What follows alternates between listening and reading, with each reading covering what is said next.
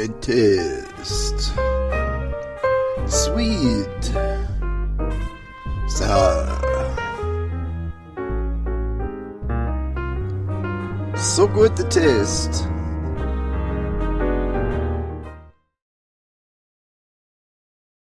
So welcome to Great Taste. I'm Steve Boss, and alongside, kind of weird to say that, right, because it's virtual, but my co-host Kathy Dubois, who's actually in Sarasota, Florida, right? Hi, Kath. Hi, how are you?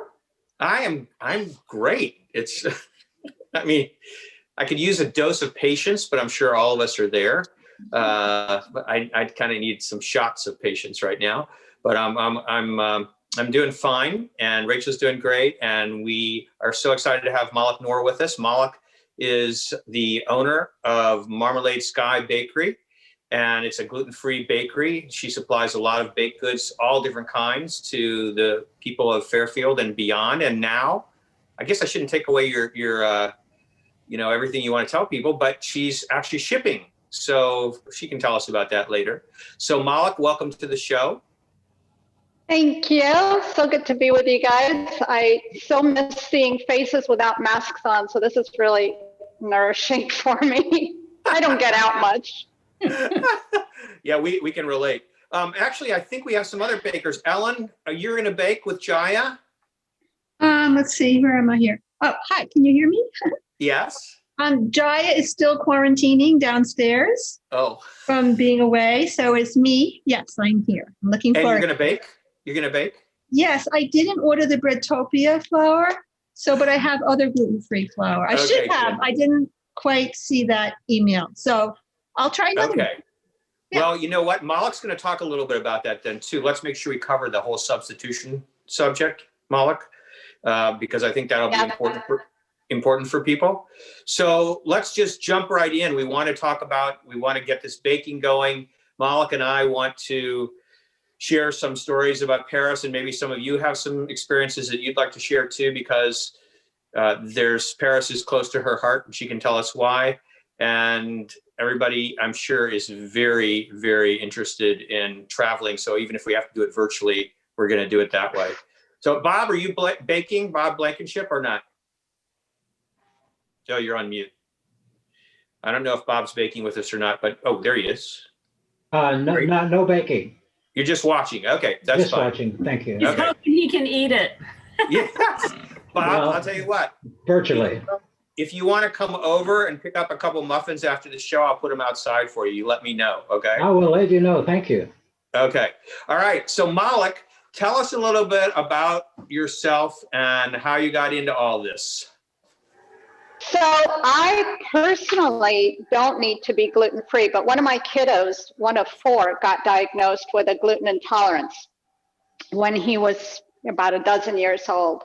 And I realized I was faced with a choice. Either I could make 2 of everything, or I could find a way to make the gluten-free version so palatable that nobody would know. So I embarked on sort of a grab everything off the shelf and see what I could make happen with the available gluten-free flours. And I didn't have much luck. I had issues with consistency. I had issues with taste. I had issues with converting amounts that got very complicated. And ultimately the taste just didn't do it for me. And I'm super finicky. I have a very finicky palate. So I began developing my own. And it took years until I was satisfied, but I got it to a point where the kids had no idea. Nobody would say, oh, is this gluten-free? And at that point I figured, okay, score, we're good. And that was it. So from then on, everything became gluten-free in my house. That way I didn't have to have the pie for Desmond and then the pie for everybody else. So that's how the project got started. And then Eric at Breadtopia asked me if I could do a gluten-free flour for Breadtopia. And I said, yeah, I can. And so that's how things got launched here. And in the process of getting the flour ready to go for Breadtopia, I kept bringing all of my samples in to everybody's, our local health food store. And they approached me and said, would you be interested in baking for us? Because we just lost our gluten-free baker last year. She moved away. I said, sure, okay. And Marmalade Sky was born. So it's now available pretty much all over Iowa in health food stores. And as you said, now online as well. My daughter just launched an Etsy website for me. So me, the total social media idiot, I now have a website that does all that for me. That's great. Hey, Malak, I want you to just talk a little bit about the process, because it wasn't as simple as, you just developed, because you developed your own gluten-free flour mix because of being dissatisfied with what was available commercially. Right. So one of the things that kept happening is the mixes that I could find would all yield a very dense and heavy and kind of grainy, almost like it would sit like a lead cannon. It just didn't appeal. It wasn't light. And so it took some time to find the right combination of grains that was going to be able to substitute for a white all-purpose flour. And that really was an intense process, because not all mills grind things the same. And to find a mill that was grinding a really light, fine flour in the different grains and then combining them, finding the right combination that was going to yield something that didn't taste any different than a white flour, was a very intense process. There was a lot of back and forth and too much this, not enough that. Oh, I can taste the sorghum. Oh, I can taste potato in there. So it was a very lengthy process. And of course the kids were really great throughout it. You know, they'd give me their feedback. And the time when the gluten-free kid asked me if it was gluten-free, and I told her yes, and she said, she tasted it and she said, oh no, I can't eat that, that's not gluten-free. I said, yeah honey, it is. She said, no, it can't be. I was like, okay, we're on to something. Right. I'm done with the experimenting. Yeah. We're there now. That's great. So it behaves, for me, it behaves the same way as a white flour does in everything that's a short pastry, meaning if you don't have to develop the gluten, it acts the same as a white flour. If you try to make a bread with it, it's never going to work because there's nothing to bind it. Mm-hmm. But for anything like cookies and muffins, like we'll do tonight, cornbread, brownies, cakes, it works one-to-one substitution with a white all-purpose flour. Now, what about other? Hold on one second. I have to say hi to my brother. Hi, brother. So good to see you. All right. What about substituting? Because there are a lot of brands of gluten-free flours out there. Can you just substitute any of those too if they don't have the Breadtopia one?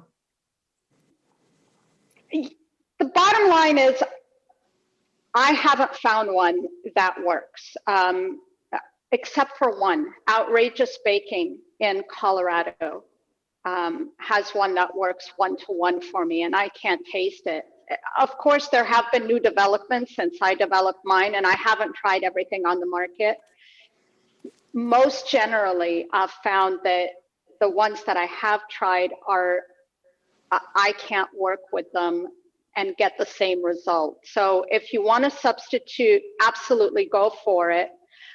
If you have a gluten-free flour that you work with and that you know works great one-to-one. That said, these particular recipes, you can just use regular white flour if you don't have any issues with gluten, and you'll get the same result. So that works too. By the way, that result is delicious. So that's, I mean, because since I've already baked them and eaten one of each, I can say that.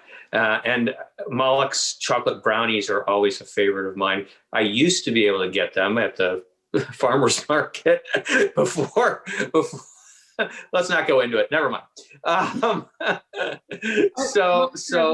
Let's get started then.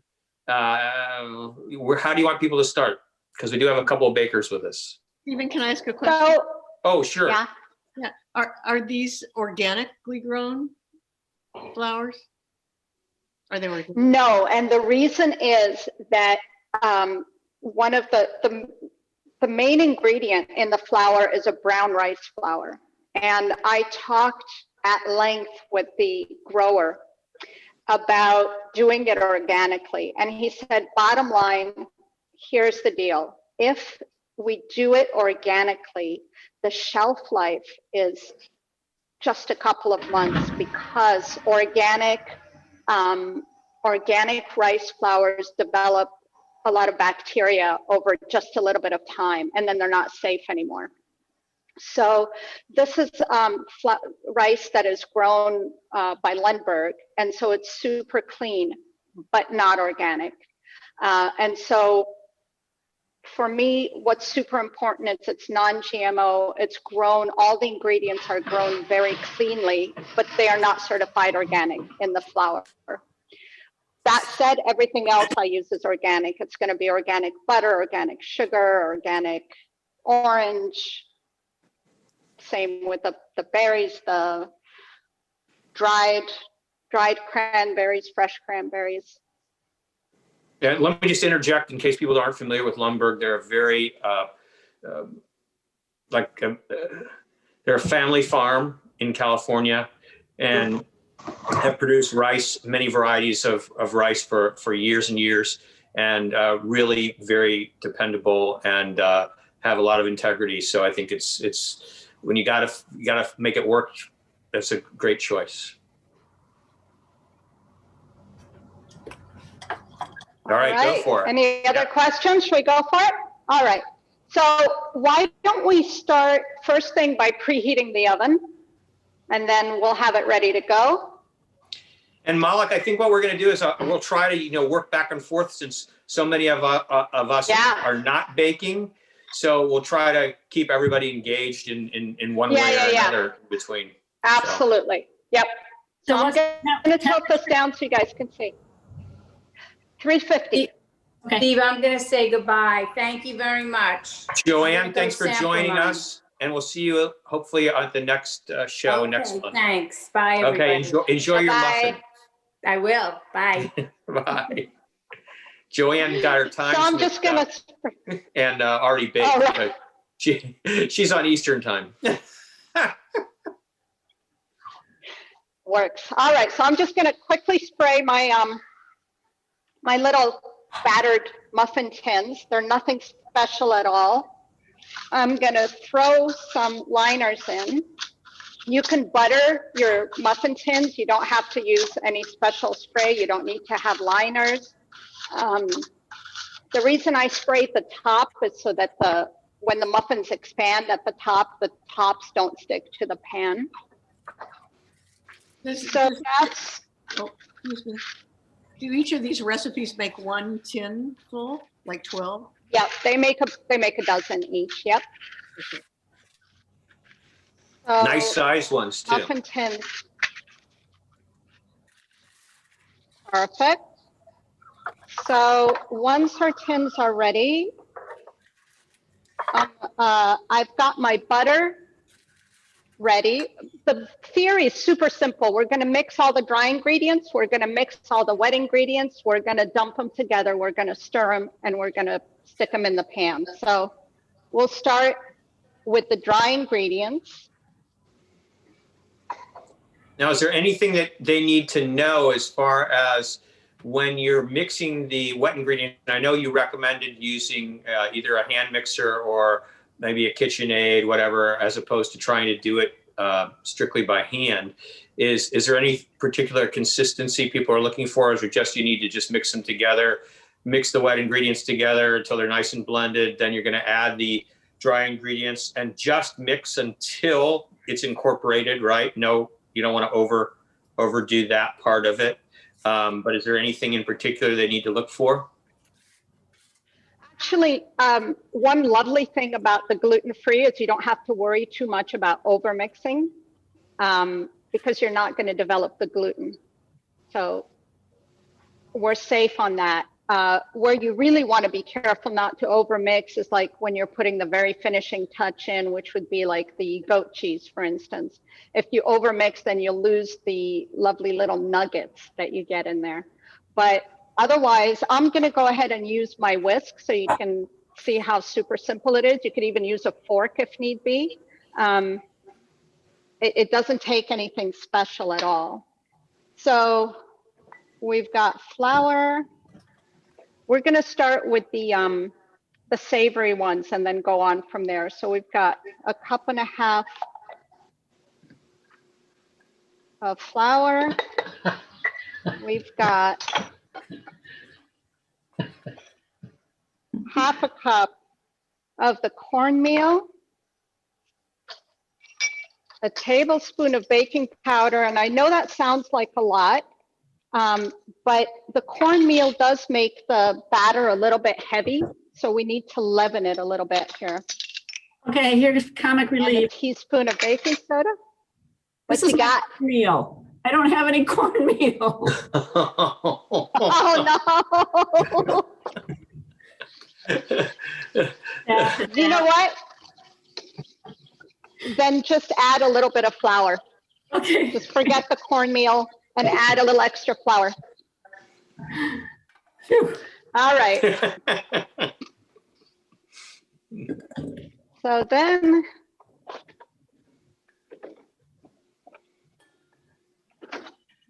on to the Parmesan.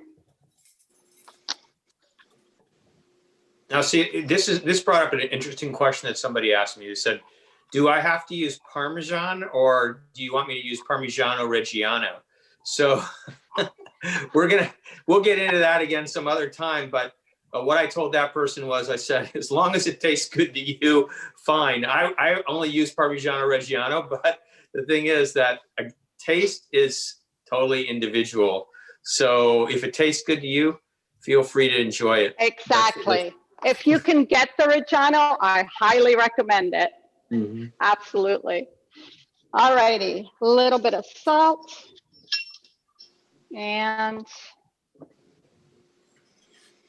it was also interesting is, talking to Malak ahead of time about this. If you don't have certain ingredients, just like she had, she told Susan, just use a little bit more flour in your recipe. You can also change out other parts of it. So I didn't have any goat cheese. I didn't have any rosemary. And I just changed it to Jarlsberg and thyme, for example. And so just adapt with whatever you've got to work with and have fun. That's the most important thing. Just adapt and have fun. Absolutely. Absolutely. All right. So here we go. That's our buttermilk. And by the way, Malak, a couple of us I know are using, what we did was, this is another option in terms of substituting. We had homemade yogurt. We didn't have any buttermilk, so we just thinned it out. Lovely. And use that. The taste might be a little bit different, but it's going to, take the same purpose. It's going to work. And it's probably it depends whether you have a really thick yogurt or thinner yogurt. You certainly don't want to use any flavored yogurts. You want to make sure don't use the flavor. Right. It's plain. But I would say it was probably closer to 4-to-1 or something like that. 4 parts of water to 1 part of yogurt was a thing. And by the way, somebody's talking in the background. They just called and they're asking if they can come over and pick up some muffins. They called on our home phone right now. That's obviously very interesting. You knew that was happening. Not watching the show. Right. They know that there's muffins being made, but they're not watching the show. It's kind of interesting. And now they're calling and interrupting the broadcast. How long do you bake them for? So the savory ones are going to be 20 minutes, give or take. It might be 22, 24 on your oven. And the sweet ones are going to be about half an hour. And here's the maple syrup. That's our last Back. I hope you're wet still ingredient. Can you back up just a second and tell me about the buttermilk substitution using yogurt? Because I don't have buttermilk. I have milk or I have Oh, yogurt. how Yeah, did you do it, Steve? Yeah, so if you have yogurt, just all you have to do is just thin it out to a consistency that's more buttermilk-like consistency. So buttermilk is obviously a little bit thicker than regular milk and a little bit thinner than yogurt. And so just it's you don't have to be exact. I think mine ended up being like 4 to 1, 4 parts water to 1 part yogurt, or 3.5 to 1, something like that. It was pretty, just get to where you think that it looks right, and it'll work out perfectly. Just to make sure that the amount is the same in terms of, whether it's I don't know, how much does it call for, Malak? It's 3/4 cups. 3/4? 1 1/4 cups. Or 1 1/4, yeah. So just make sure that the quantity is the same. It'll be fine. All right. And then, so now we're going to dump the dry ingredients into the wet ingredients. And this is what you were asking about, Steve, like how thoroughly incorporated. I'm really just looking to make sure there are no big lumps. Great. So super simple. That's just it with the whisk. As I said, you could even do it with a fork. And then the very last step is I'm going to take goat cheese and I'm just going to crumple it right into the batter.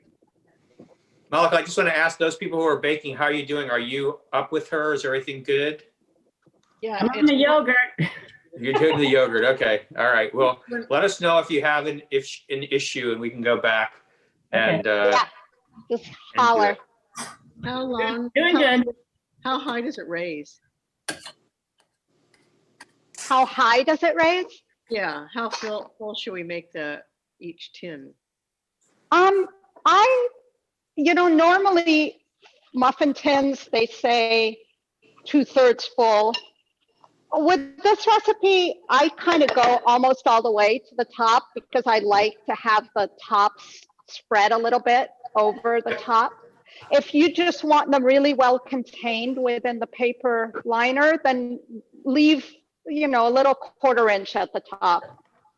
Right, thank you. Stephen, how much have you do it? Yeah, mine went to the top. So they all went to the top basically.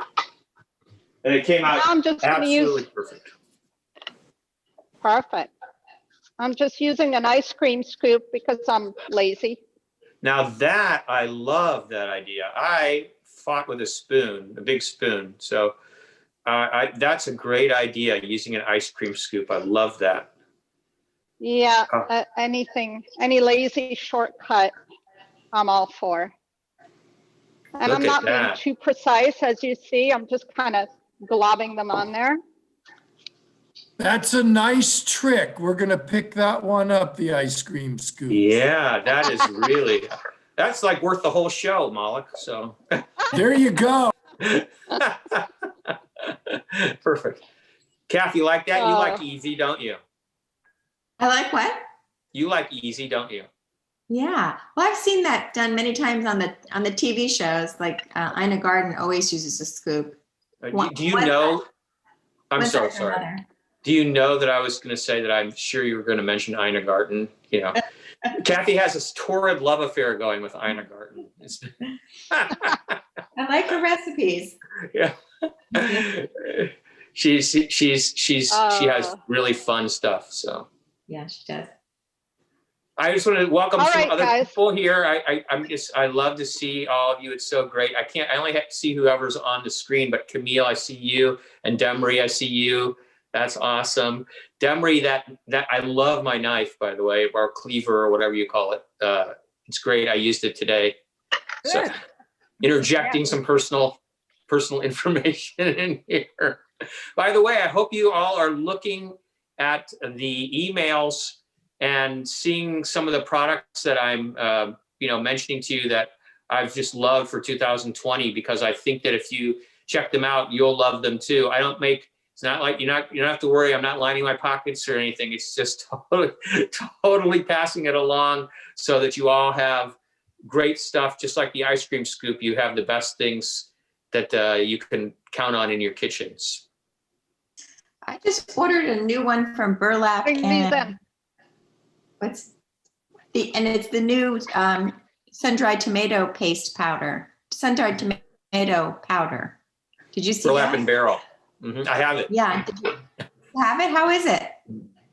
It's good. It's not. It's interesting. You have to look. You know, you still got. Yeah, I think The great thing with spices is you have to work with them. You know, you've got to just see how they fit into whatever you're planning to do. It's not going to. It won't be the same as what you're thinking. Let's put it that way, because it's a tomato that's been dried and then powdered, right? So it's gonna have. But I will say one thing, and I mentioned this in either the second to last email that I sent out. There's a book that I think is absolutely just astounding. It's the Superiority Burger Cookbook. And Camille has been to Superiority Burger with us before. If she's still here, I can't see whether she's here or not. She was here earlier. Superiority Burger is in the East Village. I don't know what's going on right now. He's been on hiatus for a couple weeks. So hopefully everything's okay. But his cookbook is astounding. And it's almost all vegan. Or if there may be a couple of vegetarian things in there, but it's almost all vegan. And Brooks Headley, who's the author and the owner of Superiority Burger, is he was a fine dining chef. He was the executive pastry chef at the only New York Times 4-star Italian restaurant in the city. And so he has he's unbounded in terms of the way he thinks. And the one thing about his recipes they'll blow your mind when you see them. I mean, it's just crazy. And I read this book as if it's a novel. It's just so thrilling to see all the different uses of ingredients. And I can't wait. There's some stuff that I just can't wait to make. And the one thing that I really love about it is that, he's not trying to make Superiority Burger's burger he's not trying to make something that tastes like meat. He's trying to make a vegetarian burger that tastes good. And so you'll learn all kinds of amazing chefy things by getting this book. I highly recommend it, whether you're an omnivore or you are a vegetarian or a vegan. It's an extraordinary book. So Superiority Burger Cookbook. Sorry, Malak. Sounds great. So that was it for the goat cheese muffins. They're in the oven. We set the timer and. Susan, you're good? I just forgot what to do with the goat cheese. Okay, so you're just gonna, is your batter all mixed now? You put the dry ingredients? Okay, now you're just gonna crumble the goat cheese into the batter, give it a quick stir. Don't incorporate it like too finely, just a good stir so it's mixed in, and then fill up your muffin tins. I'm good, thank you. All right. So I'm going to jump right into the sweet one, and it's the exact same process. So since we already did it once, Steve, feel free to talk over, and I can, fill in the gaps. Well, I think that the most important thing is everybody remember, just mix all the dry ingredients together, mix all the wet ingredients together, and then add the dry ingredients to the wet ingredients. And while you're doing that, if you have a question, yell it out. But I'd love for Malak to tell you why I wanted to talk about Paris tonight, besides the fact that I have some stories I'd like to share. So Malak, I know that you're a little apprehensive about Paris at this moment because you don't know what you're going to find next time you're going to be there. But tell us about your connection there, please. So I essentially grew up in Paris. We moved there when I was 5 years old from Cairo, is where we were. And then we moved to Paris, and I lived there until I was 15, at which point we moved to the Far East. That was a whole nother adventure. Oh, yes. Excellent. So, yeah, it's home for me. It's growing up. It's, my job was to pick up the baguette on the way home from school every day. And if I was lucky, I got to grab a couple pastries too. And There's the baguette. right there. There's the baguette. So, it's home, and my parents still live there. So I get to go back as often as I want. And I'm definitely, as Steve said, I'm really apprehensive about all of my little teeny haunts. I'm not super big on the chain restaurants. All of the restaurants I love are the teeny little hole in the wall bistros, the kind of mom and pop owned places. And I definitely am extremely worried about what I'm going to find next time I'm there. So we'll just have to pray, and I hope everybody's doing okay and everybody's managing. It's been a really rough ride for them. Just before COVID, there was this whole Gilets jaunes movement. You may have heard about the yellow vests, and they kind of had interrupted a lot of things in the city, a lot of transportation and so on. So the small businesses were already hurting a lot by the time the pandemic came around. And yeah, I really want to go home, and I'm a little bit questioning what I'm going to find when I get there. Mm-hmm, mm-hmm. I want you to explain, if you can, something for me. Those of us who have seen some French movies, we seem to, I think, overgeneralize by saying, there's always, even in something that's got a lot of laughter, there's this kind of, I don't know, maudlin side to it, a little bit. And so I'm on the sub. What's it called? The metro. What's the name of it?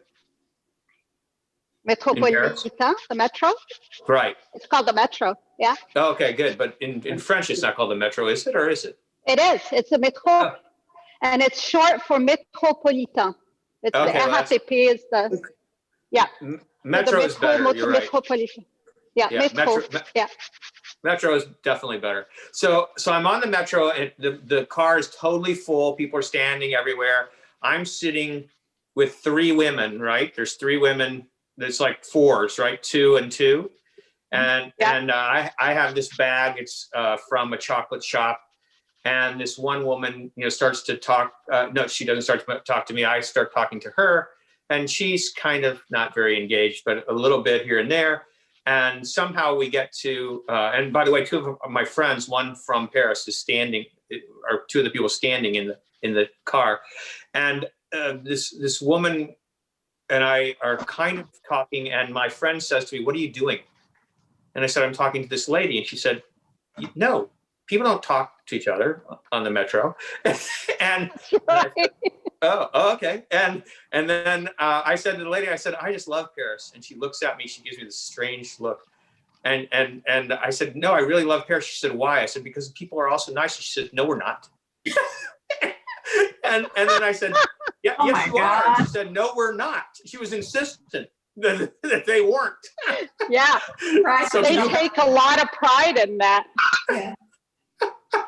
So that's just the explanation, right? I mean, they take a lot of pride in thinking that they're not, but they really are. Nice. Well, They want to make sure you don't move there. Yeah, and being nice is so American. Okay. oh, it's so true. So true. Yeah. Remember there was this campaign in New York to make New Yorkers nicer to tourists? Yes, The French, right. the Parisians had something very similar, but then they decided that actually what was special about Paris was that they were entitled to be snooty, and it was okay. People still kept coming, so they didn't have to change. Well, I don't know. I've never experienced anybody in New York being snooty either. They've always been very nice too. So I'm not sure. Maybe I'm not going to a different place than most people. Whatever. Maybe it's just you.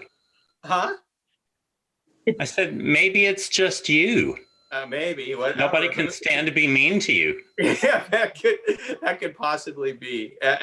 So how are we doing, Malak? Everybody doing okay here? You're juicing an orange. How's everybody doing? I'm trying to I'm get just moving. Stephen, I decided to wait till I have the proper flour.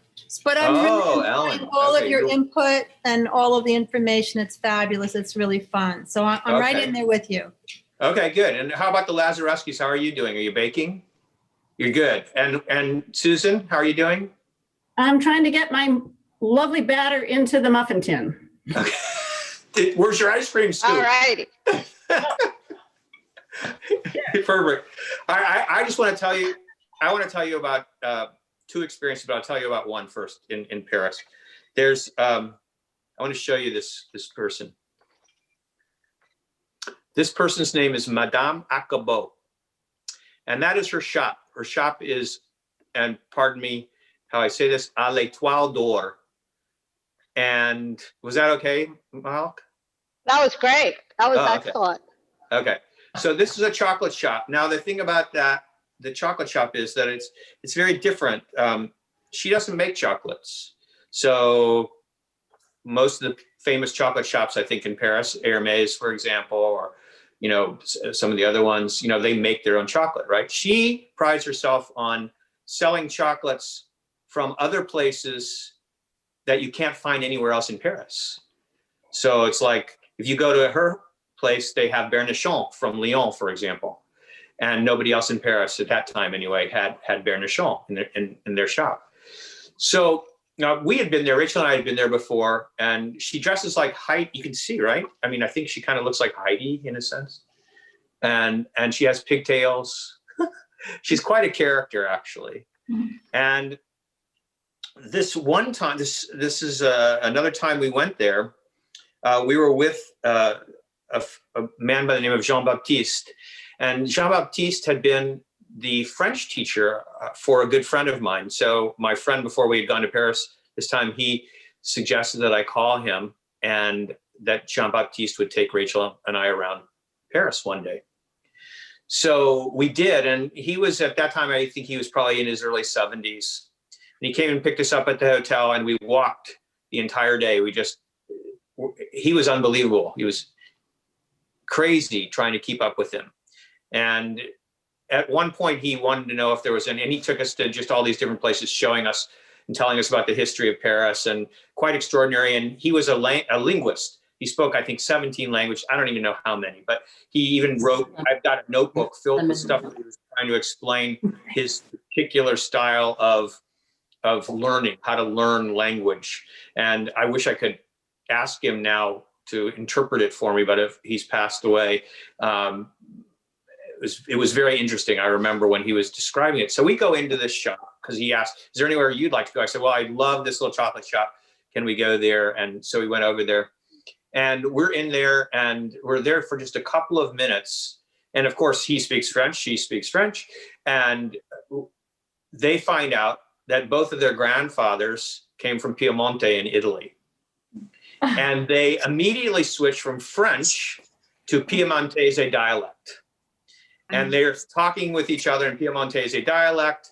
And of course, at that point, not only do we not understand French, but we certainly don't understand Piemontese dialect, but they're having a great time. She goes in the back room, brings out this bottle with 4 glasses, and, you know, we're all drinking, you know, with, I don't know what it was, but it was obviously something she thought was very special. And we're having just this amazing time together. And that is, to me, that is one of the most extraordinary things about travel. And that is, if you just open yourself up. I've seen a lot of Americans. I'm sure it happens to people from other cultures too. Matter of fact, I've seen some Italians in New York that I needed to shepherd around, and there was definitely one of them who wasn't open to travel. So I would say the most important lesson I've learned in traveling is just be open. Just be totally open to everything, so that when you are, and you know, the universe essentially knows that you're totally open, the adventures just start coming.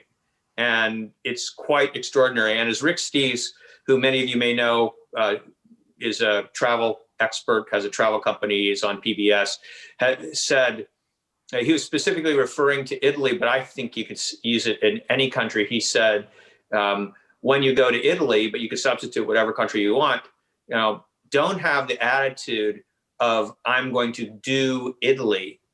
have the attitude of, I'm going to let Italy do me. And so I said, you can put any country in there. So that's my little travel story. And I do have one other French story I want to tell you, but does anybody Wait, hold on. Yes. Hold on. Yes. You have to say where the store was, because that's a very important part of the story. It was right by the Moulin Rouge. It was which is the red light district, for those who don't know. It's like not where you go to buy chocolates. It's where you go to buy other things. Well, it might have been a couple blocks away, but I mean, but it was pretty close. No, it's the red light district. It's definitely a very lively place of Paris. It's a very special area. Yeah, it was great. And there was a wine store around the corner I told Malak about, not there anymore, but what great adventure there too. But that's another time. Amazing. Anybody have anything that they want to, from any trip? Randy was showing us different things from Paris. Do you have anything you want to say? Well, I have some show and tell. No, I love Paris too. It's one of my favorite places. This is just a cute little Eiffel Tower candle thing I had. I had to put some of my Paris things around, I have a little hot pink bedroom and I've got all these little fun Paris things there. But anyway, I think one of my favorite things was the chocolate tour that we went on there.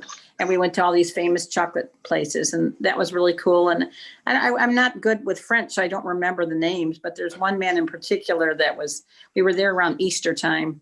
And I remember he was really, really making a name for himself in Paris. And they told us he signed something for me, and I don't even have it anymore, but I'll just never forget that store and talking to him. And they said, it's like he's really, really becoming well-known in Paris. So, but that was one thing. And then the other thing, number one thing I remember about Paris was we took a nighttime, I think I told you this recently, Steve, we took a nighttime electric bike tour there with a group of people.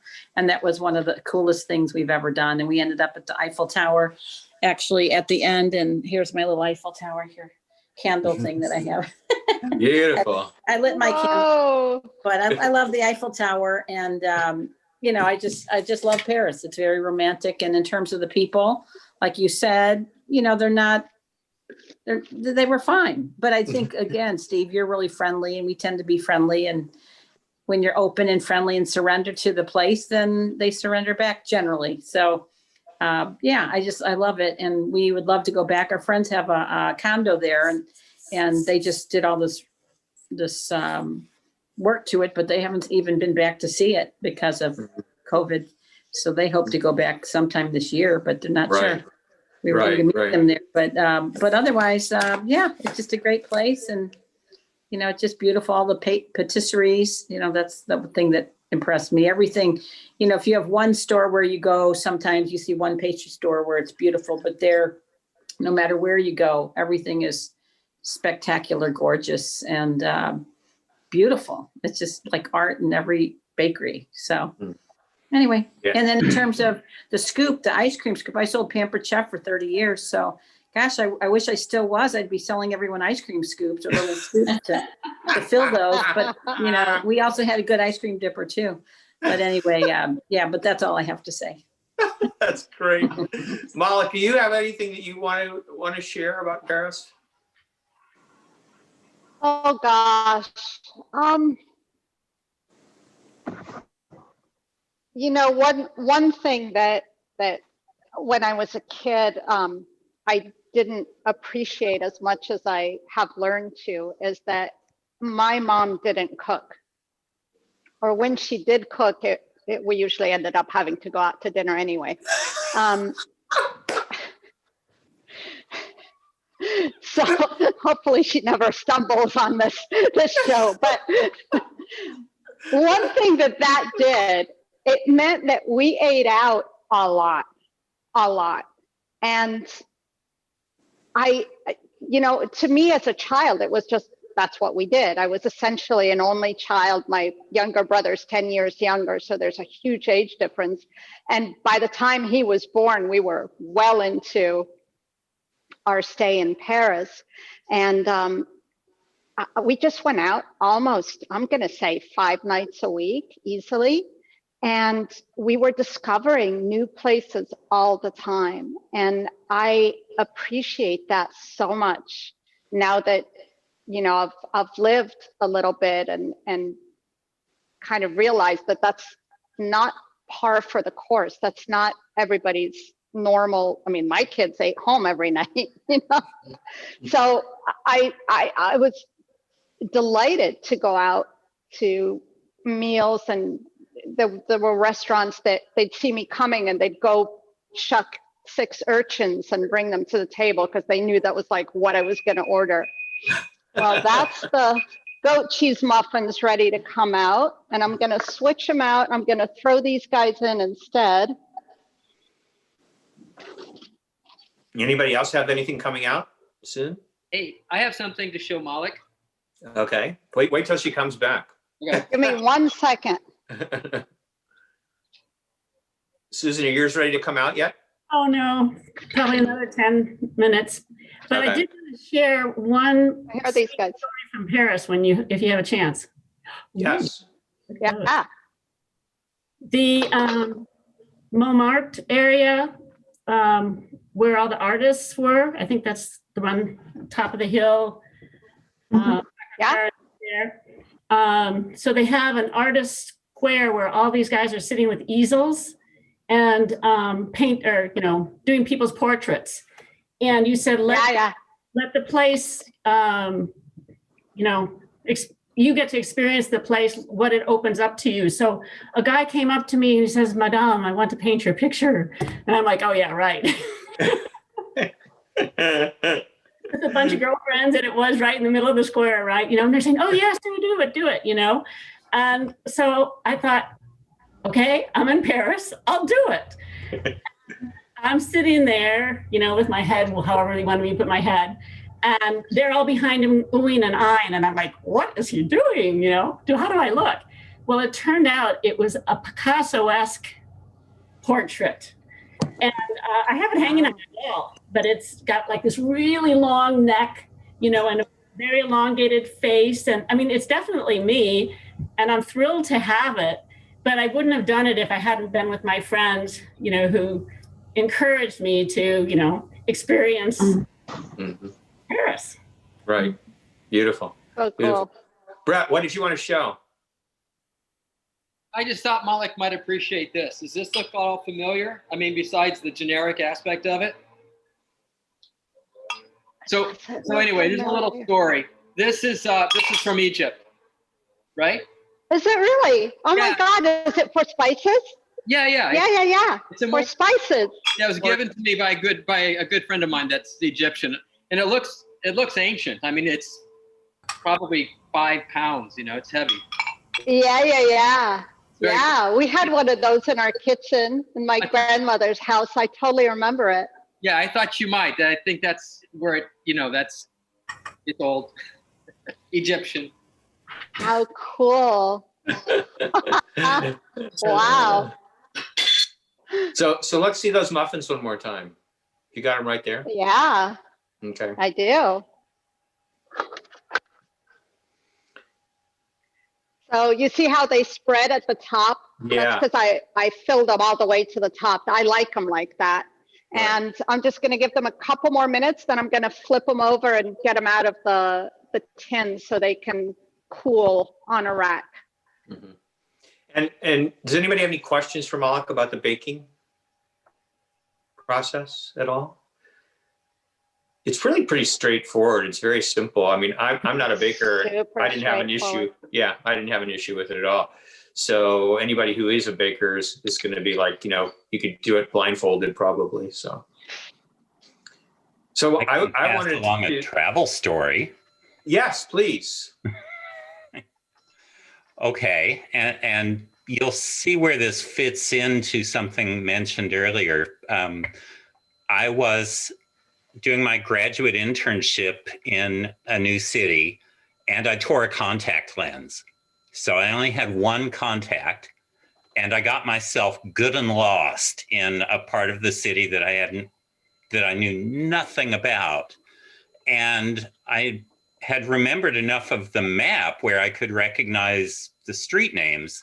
So I'm stopping on every corner and trying to read the street sign and not call a lot of attention to myself.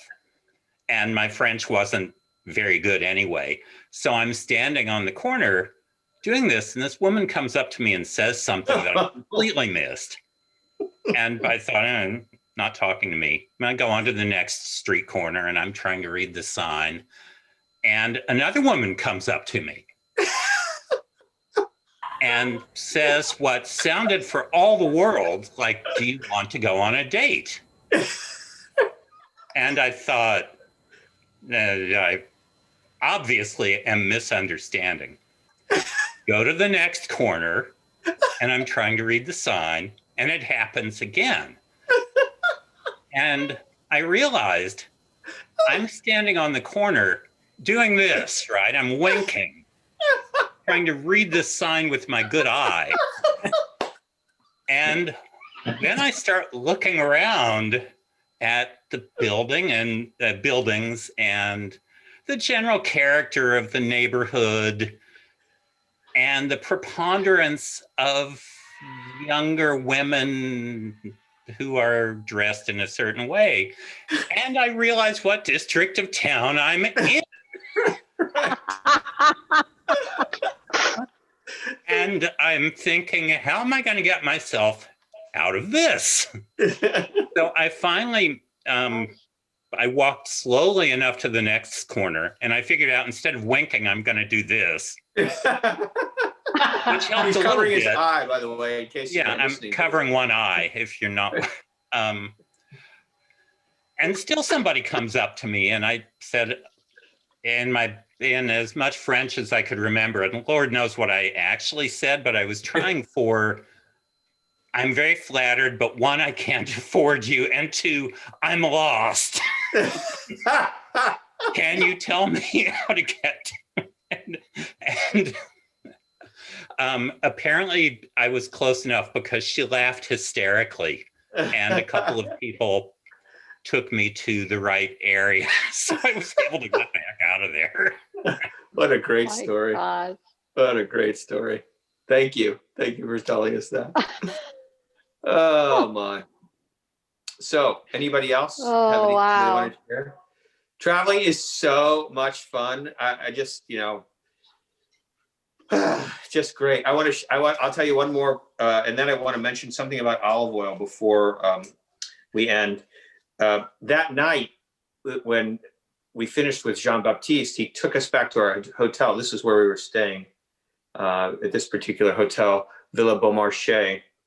And it was about 10:30.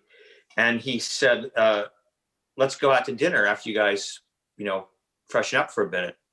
And Rachel and I are looking at each other like, what? It's 10:30 at night. We're hungry. This guy's in his 70s, and he looks like he just got up and had his morning cup of coffee and is ready to go.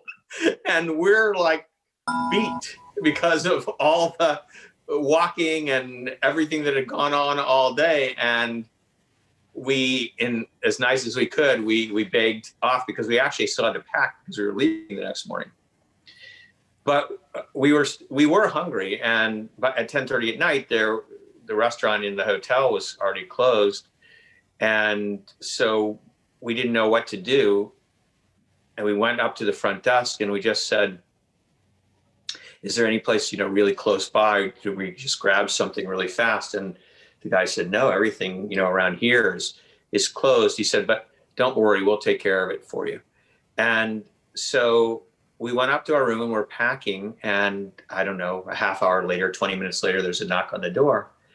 And this gentleman comes in, he wheels this trolley and, leaves it for us. And there are croissants and cheese and jams and, things to drink and tea and just anything that you could possibly want in a most simple type of food that would just be so welcome when you were hungry.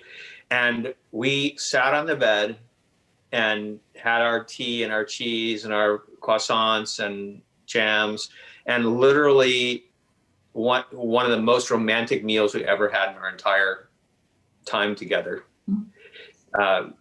and all due to just the incredible hospitality of this simple place that was so happy to just take care of us. And there was, I don't even think they charged us for it at all. I don't remember, but I don't think they did. You know, it was just an extraordinary experience. We were so thrilled. And again, you never know how things are going to work out and what's going to turn out to be an amazing meal that becomes so memorable. Sweet. Yeah. It's beautiful. So cool. Anybody have any other questions for Malak? Anybody? Susan, is your stuff out yet? No, sorry. Okay. All right. Lazaruski's, is your stuff out yet? Did it go all right? I haven't looked yet. Should I go peek? Yes, go peek. No. See how it's going. See how it's going. Nice. Oh, yes. All right. Way to go. Have you eaten any of them yet? Oh, no, they're just out. They're right out of the oven. Okay. We cooked them a full 20 minutes. 20 minutes. Susan? They're almost done. They're very soft still, but I can see they're actually looking like uniform muffins. Okay. And are they brown yet on top? They're not quite brown on top yet. Yeah, okay. All right, good. You want them to get a little brown. Malak, thank you so much for leading us through this wonderful baking time. It's really awesome. I want to mention to everybody, because I'm just amazed how often every week I get questions about olive oil. It's just crazy. And I sent out some information recently, but I wanted to mention a couple of things. I would suggest that you, and I took a seminar last night that was done by the Museum of Food, I think, in New York. I think that's its name. And they had 2 olive oil producers on from Italy, and it was very interesting. But the more I learned, the more I realized how much I don't know. And so it's just an amazing field. And Alan and his wife, of course, live in California, which is the #1 place for olive oil in the United States. And the thing that's true in California, as it is around the world, is that the world of olive oil can be a little shady. And so it's really important to know the source of the product, because otherwise you're probably not getting what you think you're getting. So you can apply that to everything in relation to food, that it's really important to understand your sourcing. So when Malak tells us about what she did to develop this gluten-free flour and who her sources are, then you really understand, because it comes from somebody who is actually creating the product, and you can really have faith and trust in the integrity of that product. And so I think that I would love to emphasize for all of you to try to learn as much about what you're consuming as possible. If you go to the farmer's market, talk to the farmers, find out exactly what they're doing, see, how engaged they are in what they're doing, and how much they want to explain to you, their passion, and develop a relationship, because that's the whole thing about nutrition. The whole thing about nutrition is it becomes nurturing if it's something that has been raised with that type of passion and joy and love as part of it, as opposed to industrial. And all of us are fortunate to have the opportunity to be able to purchase those types of products and to run in, circles where we have a farmer's market and things like that. So I think it's even more important for us to be familiar with it, because we have that privilege as opposed to, living in a food desert, for example. So olive oil being one of those very complicated subjects, I suggest that if you follow this person who's a friend of ours, Veronica Lavinia, and then _ on Instagram, Veronica Lavinia, VeronicALavenia _. You'll learn a lot you can check her past posts, and she's constantly writing about olive oil, and you can learn a lot from her. Almost every day there's something that she posts that is fascinating. And she talks about olive oils, not just from Italy. She lives in Sicily, but she talks about olive oils from Italy, Greece, Spain. So she has a familiarity with all this. And I think that's something that it's a great subject, because olive oil is something that you can use every day in your kitchen. And it's for us, it's a kitchen that is, she said to me today, she said, because she was telling me about another olive oil, and she said, but you don't need to buy this because you already have so much olive oil. And I wrote her back, I said, I don't think that you can have too much olive oil. And she said, oh, you and I think alike. So, it's like people always say I have a heavy elbow when it comes to tilting the bottle of olive oil. So that's what I'd like to leave you with. Also, I want to tell everybody, so the next Great Taste is going to be on February the 20th, right? February the 20th. So just about a month from now. And hello, Laura, hi. And so good to see you. So I hope to see you all then. If you have any questions between now and then, feel free to ask them. Tell your friends about this. I think we want to share it with as many people as possible. It's a lot. I think we're having a good time. You can let me know. Gary Kaplan might be asleep, but we'll see. So any last words anybody have? Kathy, you haven't said anything. Tell me something you made recently that was really good, because everybody needs to know Kathy Dubois is one of the best cooks in the world. Oh, you are so sweet. It's true. I wouldn't say it if it wasn't true. Today I made a soup that was really delicious. Just a simple soup with lentils, and actually it was a recipe that someone sent me, and it had a chicken breast in it with lentils and a little bit of rice and those wonderful spices that we've been getting recently from Burlap and who is it? Burlap? Barrel. Yeah, their spices are amazing.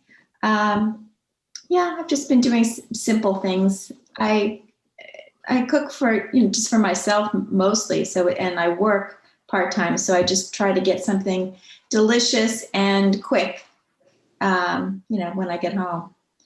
But one of the things I thought about when we were talking is, has everybody seen Emily in Paris?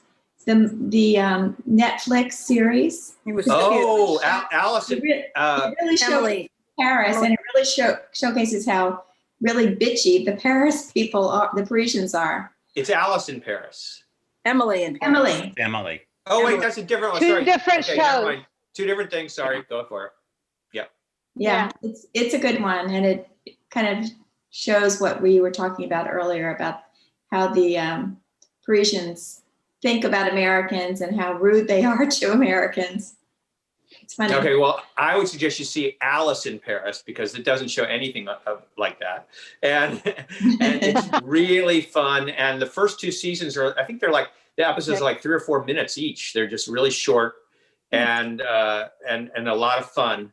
And I can't remember if it's on Netflix or if it's on. I think I saw that Prime. with you guys. Yeah. I think It's on Prime. Prime on Prime. It's on Prime. Yeah. Yeah, and it's really. Have you seen any of them, Malak?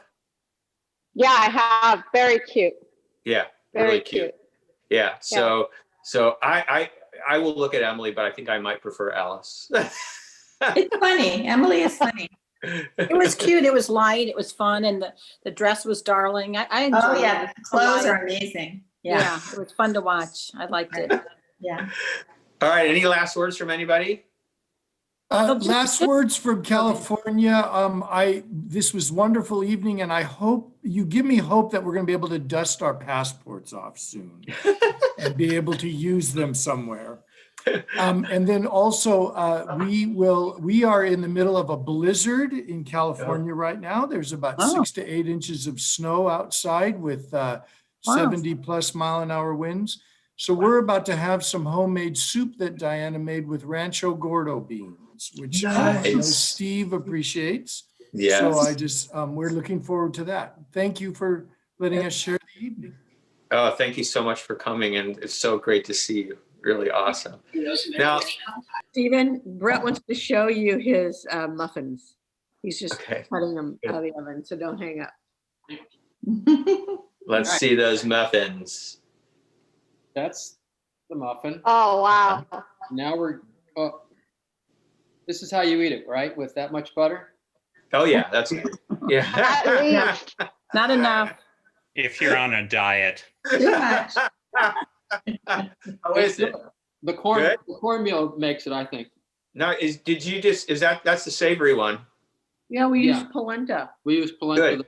Yeah, you know what's so funny is they called me yesterday and asked about that, and I said, "Oh, I don't remember what I said exactly." But then I had to use polenta too because I didn't have any. Oh, you did? And we use the kind of polenta that you buy sort of ready-made. It's moist, so there's a little bit more moisture than was called. Oh, that's interesting. Very interesting. We used cumin instead of rosemary because we were out of rosemary. Yeah. Well, again, Wait, you used what? Sorry. Cumin, and we also used. Oh my gosh. We used milk and lemon juice instead of buttermilk. Instead of buttermilk. I mean, you know, Brilliant. in California, Totally works. in Marin County, we can't really get all the ingredients. I mean, Look at that. Yeah, right. Nice. Susan.